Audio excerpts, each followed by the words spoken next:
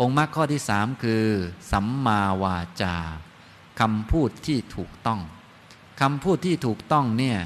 ก็มีคำพูดเยอะแยะที่ถูกต้องแต่ประเด็นสำคัญคือให้งดเว้นคำพูดที่ผิด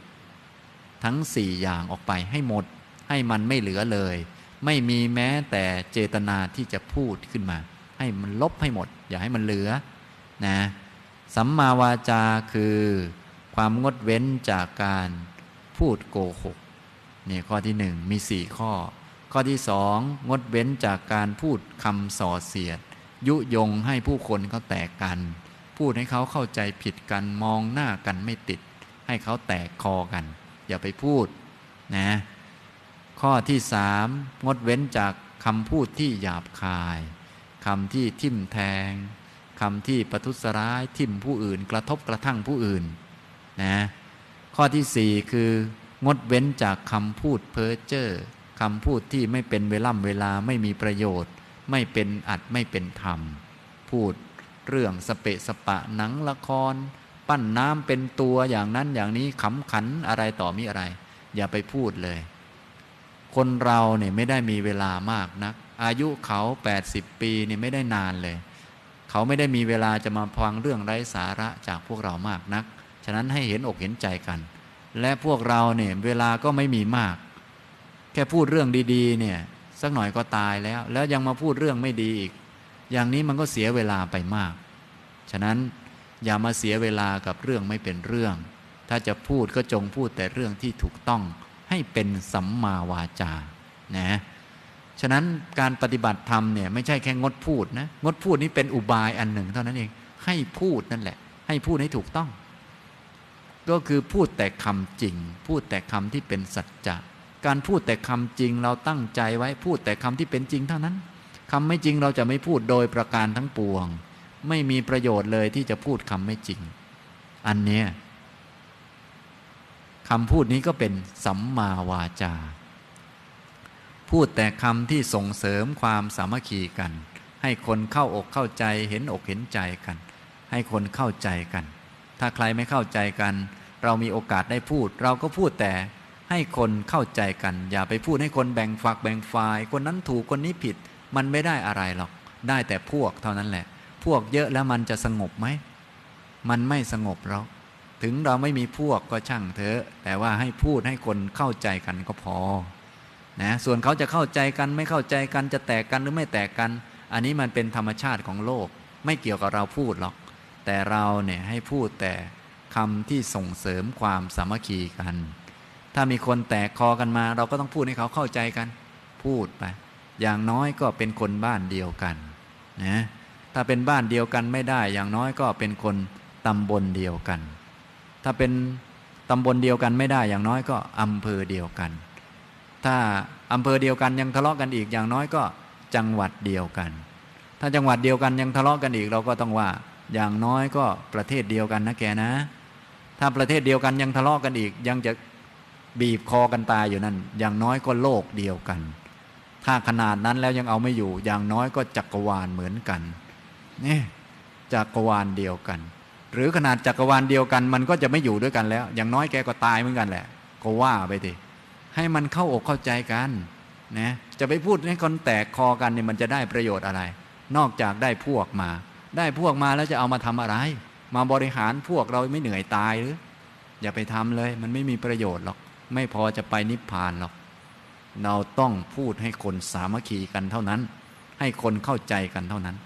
อย่าไปพูดให้ใครแตกกันให้ใครเข้าใจผิดกันมองหน้ากันไม่ติดอย่างนั้นอย่างนี้ฉะนั้นพวกเราทั้งหลายจึงต้องระมัดระวังคำพูดเนื่องจากเราเนี่ยแต่เดิมมีความเห็นผิดเยอะและเวลาจับอะไรต่อมีอะไรชอบไปจับผิดเวลาพูดก็มักจะพูดข้อผิดของคนอื่นพอเวลาพูดข้อผิดคนอื่นมันก็ทำให้คนเขากันนะไปข้างนี้ก็ไปเจอข้อผิดพลาดนี่แกดูไว้นะอิตานี่มันผิดตรงนี้นะทีนี้คนนั้นก็ต้องไปจ้องมุมที่ผิดแล้วเนี่ยปัญหาก็เกิดขึ้นมองหน้ากันไม่ติดสมมุติว่าท่านมาทำท่าเป็นสนิทกับผมนะสนิทกับอาจารย์สุภีใช่ไหมอย่างนี้พอสนิทกันเนี่ยมันก็เห็นข้อดีบ้างไม่ดีบ้างเพราะเป็นเรื่องธรรมดาคนต้องมีข้อเด่นข้อด้อยข้อดีข้อไม่ดีพอมาสนิทกันก็ เห็นข้อเสียพอเห็นข้อเสียก็เอาข้อเสียไปพูดแกดูไว้นะอาจารย์สุภีนิสัยเสียตรงนี้นะแกดูไว้นะอย่างเนี้ยไปพูดกับเพื่อนเพื่อนก็ข้อดีไม่มองแล้วจ้องจะมองแต่ข้อเสียแล้วพอสักหน่อยมีข้อเสียเกิดขึ้นกูว่าแล้วเนี่ยนี่ก็เขาทำให้เขาแตกกันเขาไม่เชื่อฟังไม่ไว้ใจกันนี่เห็นไหมแค่คำพูดของเราเนี่ยมันอันตรายขนาดนี้นี่อย่างนี้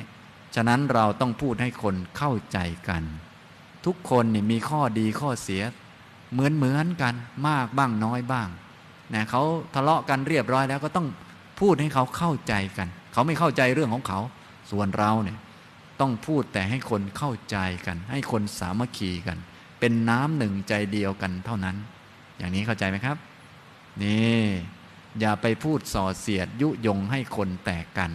เพราะท้ายที่สุดทุกคนมันก็ต้องแตกกันอยู่แล้วขนาดขันตัวเองยังแตกเลยไม่ต้องห่วงหรอกเรื่องแตกนะแต่ว่าทางเราเนี่ย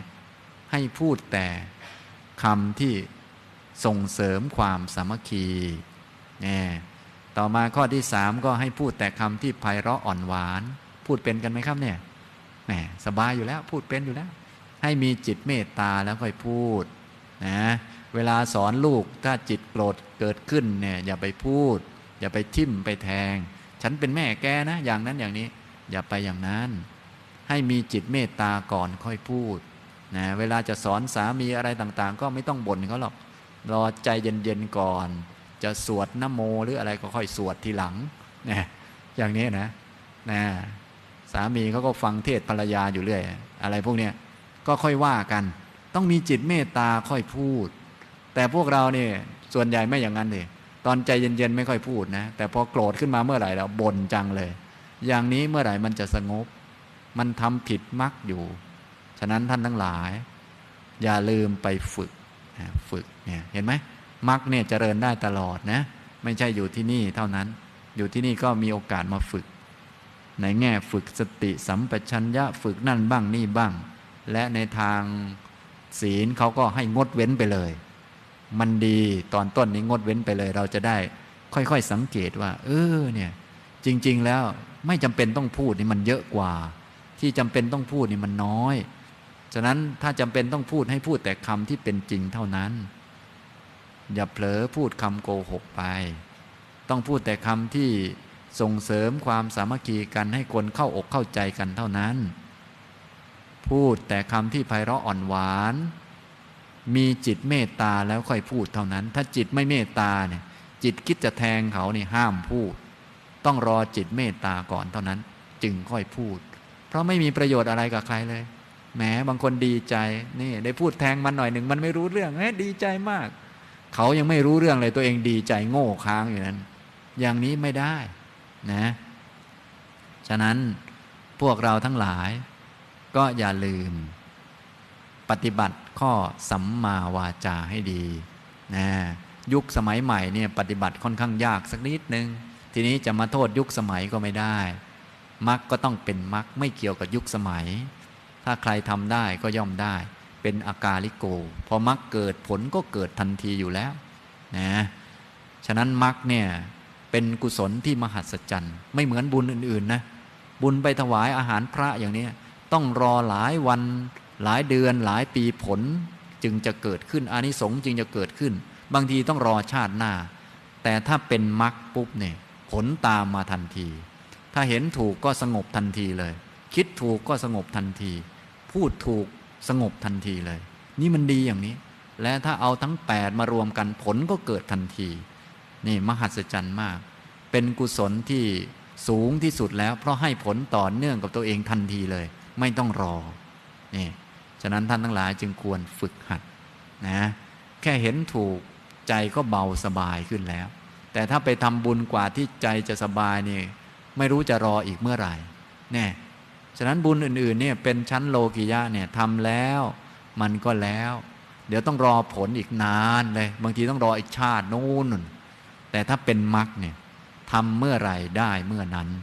นี่เป็นอากาลิโกอย่างนี้แหละ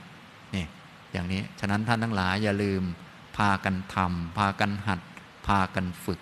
ทำเมื่อไหร่ก็สงบเมื่อนั้นทำเมื่อไหร่ก็ไม่ทุกข์เมื่อนั้นนี่มันเป็นอย่างนี้มรรคมันดี นะวาจาข้อที่สี่ก็งดเว้นจากการพูดเพ้อเจ้อให้พูดแต่คำที่เป็นอัตถะเป็นธรรมะนะต้องหัดพูดให้อิงอนิจจังทุกขังอนัตตาพูดเป็นกันบ้างไหมต้องหัดพูดอย่าไปพูดเรื่องอะไรมันแน่นอนเลยเพราะมันไม่มีพูดให้อิงธรรมะไว้อิงธรรมะอิงยังไงอนิจจังไว้ไม่แน่นอนเดี๋ยวพรุ่งนี้ท่านจะไปหานะแต่ไม่แน่นะอย่างเนี้ยพอเราจะขึ้นเงินเดือนลูกน้องเราก็บอกว่าเดี๋ยวปีใหม่จะขึ้นเงินเดือนให้นะแต่ไม่แน่อย่างนี้เป็นต้นให้มันอิงธรรมะไว้จะได้ไม่ทำให้ใครเขาเจ็บปวดให้เขารู้ความจริงสะอึกได้ว่าใช่น้องมันไม่แน่ฉะนั้นมีอะไรก็บอกสอนกันวันละเล็กวันละน้อยไปพูดอิงธรรมะอิงวินัยอิงสัจธรรมรู้จักเวลาในการพูดอย่าไปพูดไม่ใช่รู้ธรรมะอะไรก็ไปพูดทั้งหมดไม่ใช่อย่างนั้นต้องรอโอกาสรอสถานการณ์รอเวลาดูบุคคลดูอะไรต่อมีอะไรต่างๆอย่างนี้ทำนองนี้นะครับนี่ก็คือสัมมาวาจาเนี่ยแม้แต่ข้อสัมมาวาจาเนี่ยสัมมาทิฏฐิก็ต้องมาก่อนต้องรู้จักวาจาที่ผิดว่าเป็นวาจาที่ผิด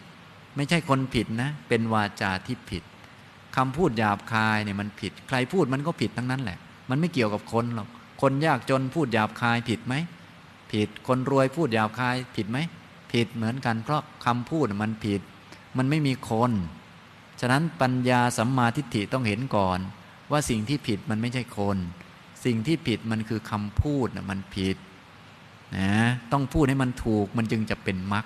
ต้องทำให้มันถูกและถูกมีอะไรบ้างผิดมีอะไรบ้างก็ต้องรู้เนี่ยสัมมาทิฏฐิเนี่ยรู้พอรู้แล้วก็ทราบว่ามีจิตเมตตาพูดเนี่ยเป็นองค์ประกอบของมรรคเรามีจิตเมตตาพูดดีๆกับเขาแล้วเขาไม่เห็นพูดดีกับเราเลยอย่าไปยุ่งกับเขาให้ยุ่งกับวาจาของเราคนเดียวก็พอที่พูดว่าไพเราะอ่อนหวานนี่มันไปนิพพานได้พูดหยาบแล้วมันไปนิพพานได้ไหมไปไม่ได้ฉะนั้นไม่ต้องอ้างหนูพูดหวานแล้วไม่เห็นสามีจะพูดหวานด้วยเลยเรื่องของเขาไปไม่เป็นไรหรอกสามีเขาอาจจะเลี้ยงกุมารทองมาแล้วพูดหวานแต่กับกุมารทองหรือเปล่าก็ยังไม่ทราบเลยอันนี้ก็เลยเถิดไปเรื่องเมื่อกลางวันนะเนี่ยอย่างนี้มันเรื่องของเขาแต่ปฏิปทาของเราคือให้พูดแต่คำอ่อนหวานอันนี้แหละจะพาเราไปนิพพานนะเพื่อนเราจะพูดสเปะสปะอะไรต่อมีอะไรก็เรื่องของเขาเถอะเราพูดแต่คำที่เป็นธรรมะเขาจะไม่คบเราก็ช่างเขามันเรื่องของเขาส่วนเราเนี่ยมีปฏิปทาอยู่อย่างนี้อย่าไปยุ่งนะถ้าไม่พูดเรื่องนั้นเรื่องนี้ไม่พูดเรื่องดาราเตียงหักเตียงโยกก็ไม่มีเพื่อนสิคะอย่างโน้นอย่างนี้อย่ามาอ้างเลยนะให้เราทำแต่ปฏิปทาของเราเถอะเนี่ยให้เรารู้อย่างนี้ต้องมีสัมมาทิฏฐิก่อนนะจึงปฏิบัติได้ไม่อย่างนั้นพวกเราจะมีข้ออ้างเพื่อตัวเพื่อตนกันหมดอย่างนี้มันไม่ไหวหรอกอย่างนั้นดังนั้นก็หนูคิดว่าผมอยากอย่างนั้นอย่างนี้ผมก็อยากเหมือนกันอย่างนี้เดี๋ยวก็ต่อยกันออกอย่างเงี้ยอย่างนั้นมันก็ไม่ได้ฉะนั้นคิดว่าก็รู้อยู่ก็วางไว้เถอะก็ไม่ว่าอะไรหรอกหนูอยากค่ะก็อยากก็วางไว้เถอะแต่มรรคมันเป็นอย่างนี้ให้เจริญมรรคให้มาทำปฏิปทาอันนี้นี่อย่างนี้นะนี้สัมมาวาจาองค์มรรคข้อที่3แล้วต่อไปองค์มรรคข้อที่4สัมมากัมมันตะการกระทำทางกายที่ถูกต้องเมื่อกี้ทางวาจาของเราก็ให้ถูกต้องทั้งหมดปากของเราเนี่ยให้มันไปทิ่มแทงหรือทำข้อเสียหายอะไรแก่ใครทั้งหมดทั้งมวลในโลกนี้นั่นแหละจะพาเราไปนิพพานทางด้านกายก็เหมือนกันให้ใช้กายทำแต่สิ่งที่ถูกต้องทำได้เยอะแยะโดยการงดเว้นจากอันที่ผิด3อันก่อนก็คือให้งดเว้นขาดจากการฆ่าสัตว์งดเว้นจากการลักทรัพย์งดเว้นจากการประพฤติผิดในกาม